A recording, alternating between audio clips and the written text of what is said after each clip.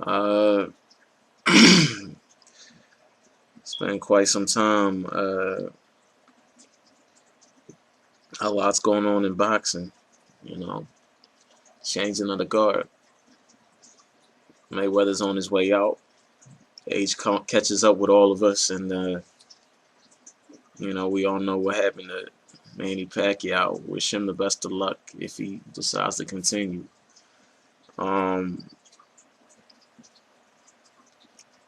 but what I'm here to talk about right now, because boxing hasn't been a priority in my life. Well, it never was. It always came second. Family come first. But I haven't been boxing or nothing like that. But I'm always watching, even if I'm not on YouTube making vids. Appreciate all the subscribers. Appreciate all the notes. Where you at, what you been up to. How's boxing going? You gonna get on Friday night, like Friday night fights and all that. I haven't fought for a minute, haven't sparred for a minute, haven't done anything boxing for a minute. Just had a lot of personal life situations that I've been handling. But getting to the point of this video, uh,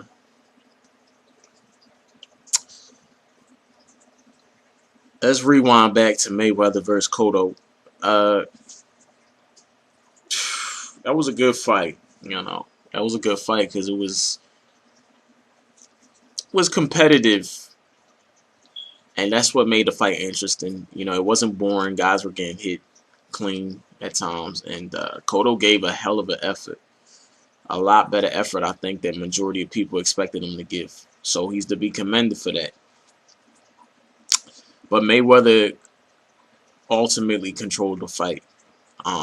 He fought a style that he didn't really have to fight. Honestly, I think Mayweather just fought that style to test himself, honestly, because he could have outboxed Cotto from the outside.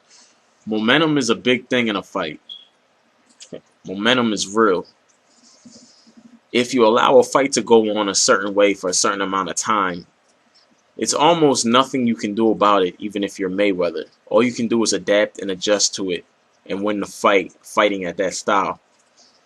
Mayweather allowed Cotto to make it a rougher fight than it had to be. If he had stuck from the beginning to boxing to the outside, the fight would have never got to that point. Because momentum is real. If you allow a fight to become on the other fighter's terms and you fight round after round like that, you get trapped in a fight like that. There's no way to change the fight around. But with Mayweather's versatility, even in a fashion that he shouldn't have been fighting in, he still found a way to win the fight convincingly.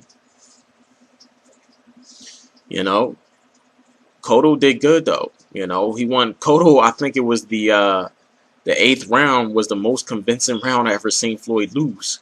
He gave him hell. He landed solid shots, and at times, Cotto was very good defensively and beat Floyd to the jab at times. He showed a lot of spark in that fight. If anything, Cotto showed that Mayweather can be beat.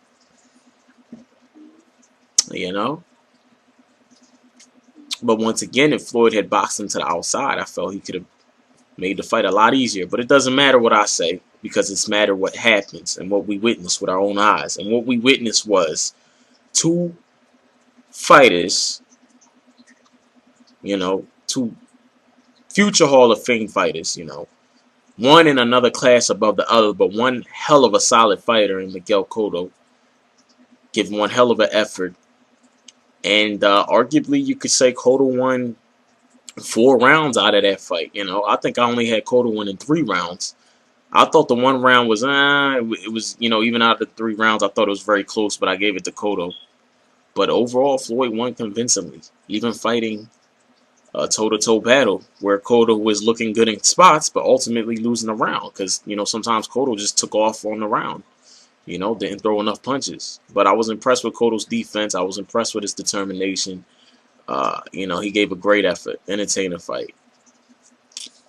But if you would ask me to see a Mayweather versus Cotto fight too, I wouldn't be interested at all. Because I know Floyd can beat Cotto even easier the second time if he wants to. Just as Brandon Rios versus Alvarado, for example, was a very entertaining fight. But ultimately, And I hear there's going to be a rematch, but ultimately, even though it's an entertaining fight, as far as competitively goes, entertainment and competitiveness is two different things. It's an entertaining fight, but how competitive is it? Because Rios technically was beating Alvarez down. The shots Alvarez was throwing at Rios was not having any type of effect, as it seems that the shots Rios was landing on Alvarez was really affecting Alvarez. So Rios was winning round after round after round, you know. But Alvarado, you know, he gave a good effort. You know, you hit the guy, he hits back. He's a warrior.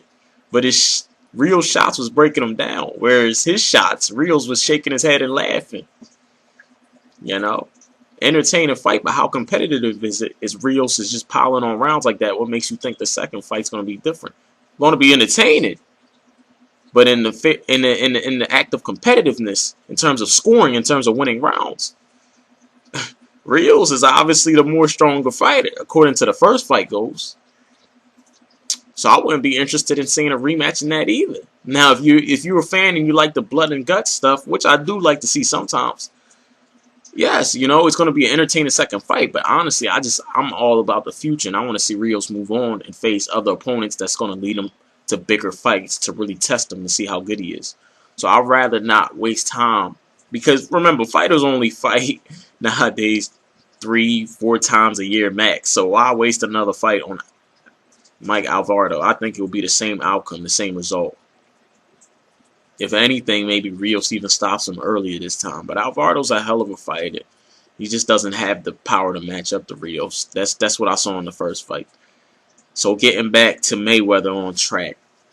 His next opponent, without question, the only guy left out there for Mayweather that to me that's even an interesting fight.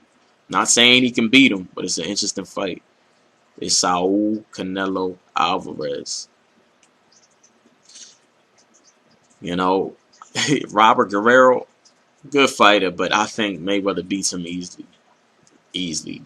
From what I've seen from Guerrero's last two performances, I give him a lot of props jumping up to welterweight.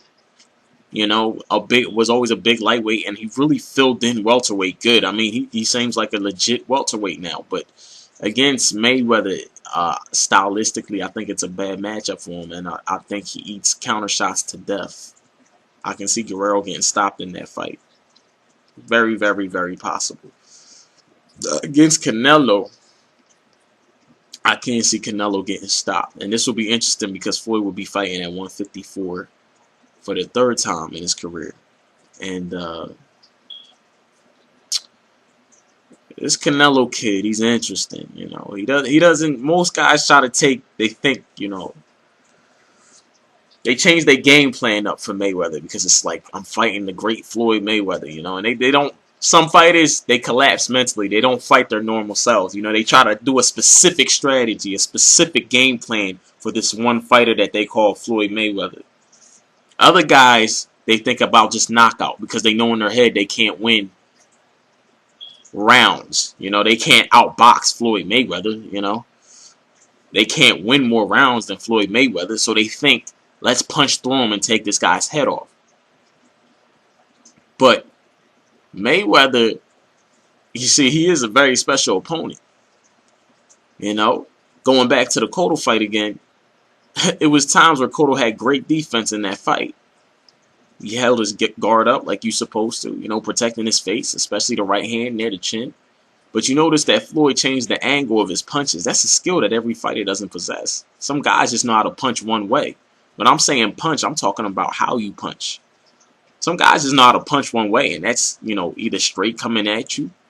Some guys can attack from angles. But Floyd is not changing his feet position. He's just changing the way the punch is being thrown. You seen that he swept that right hand, and he was able to connect on Cotto. Since Cotto was holding up his guard good defensively like you're supposed to, Mayweather switched the punch direction up. He switched the style in which he's throwing the punch. Instead of throwing it straight, he's sweeping it.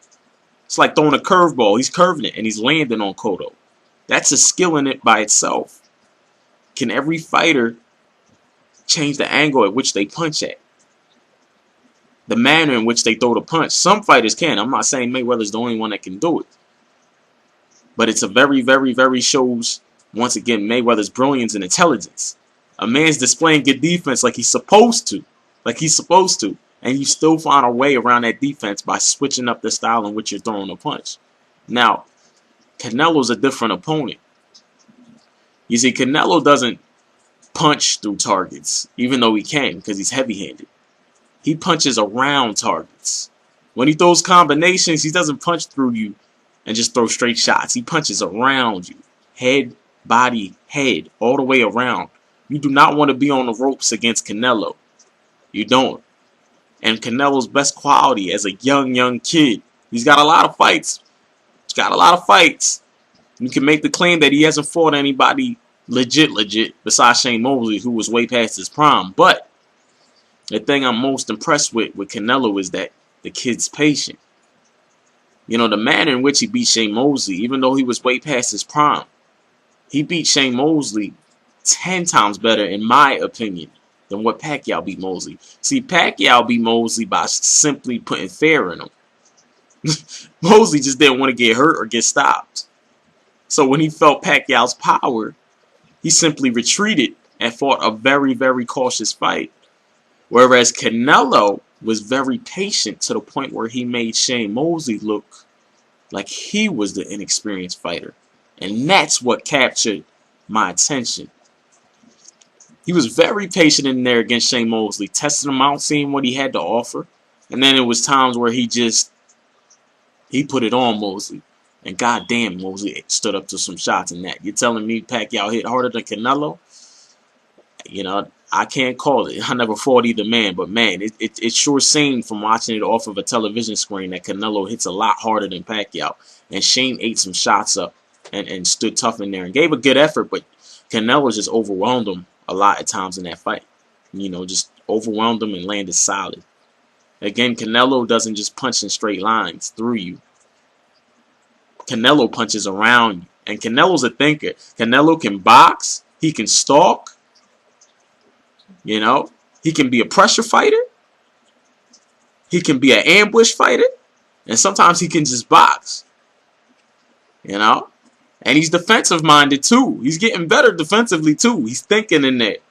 Every time Canelo enters the ring, he fights like a game plan that's correct for his opponent. Mayweather is a special opponent, and it obviously will be like no other opponent that he's ever faced or will ever face, because chances is you only get one shot at Mayweather. He's on his way out, and I don't know when's the next time Mayweather's going to do a rematch. You know, I don't know. How long he's going to fight, I don't know. Only God knows that. But it just seems like he ain't doing no rematches, you know. This guy's in it. The last couple fights is going to be the biggest fights that he can make. Obviously, Pacquiao went down the drain. If it happens, it happens, but it damn sure doesn't even have half the significance it would have had at one time. So this guy's looking to make the biggest fights. Canelo right now is not only the biggest fight, but the most competitive fight. And it's a fight that adds that what if factor. That what if factor percentage goes up because Canelo, I feel, has the power to stop Mayweather if he catches him. Mayweather is very mentally tough. So if he's hurt even, Mayweather can fight intelligently. And he can know how to get through a round. He's that good. He's that experienced. Best believe. But this is boxing. A lot of people at one time, it looked like Pacquiao could never be hurt. But you see what happened to him. Just because we've never seen Mayweather badly hurt doesn't mean he can't get hurt. You stay at 154, this is a different division. And you might be facing one of the hardest punchers in this division, if not the hardest puncher in this division. Naturally gifted boxer against a naturally heavy-handed 154-pounder that probably can hit you as hard as any 160, maybe some 175-pound fighters out there. Canelo is heavy-handed, you know. So when he actually generates power, look out. But a lot of fighters have had power, but they haven't had the ability to put it all together against Floyd. The difference with Canelo is this kid's showing an advanced matureness in the ring.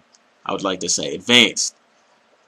So with his patience, with his versatility, and with his power, I love to see him in there against the aging Floyd Mayweather. And what better time to get him than now, while Floyd's in his older years and just slightly seems to be losing a step here and there. So it's the most competitive fight and it's the biggest money fight. Guerrero, it would just be like a stay busy fight for Floyd. And no disrespect to Guerrero because he's one hell of a fighter, but as we heard time and time again, Floyd is just a class above other fighters.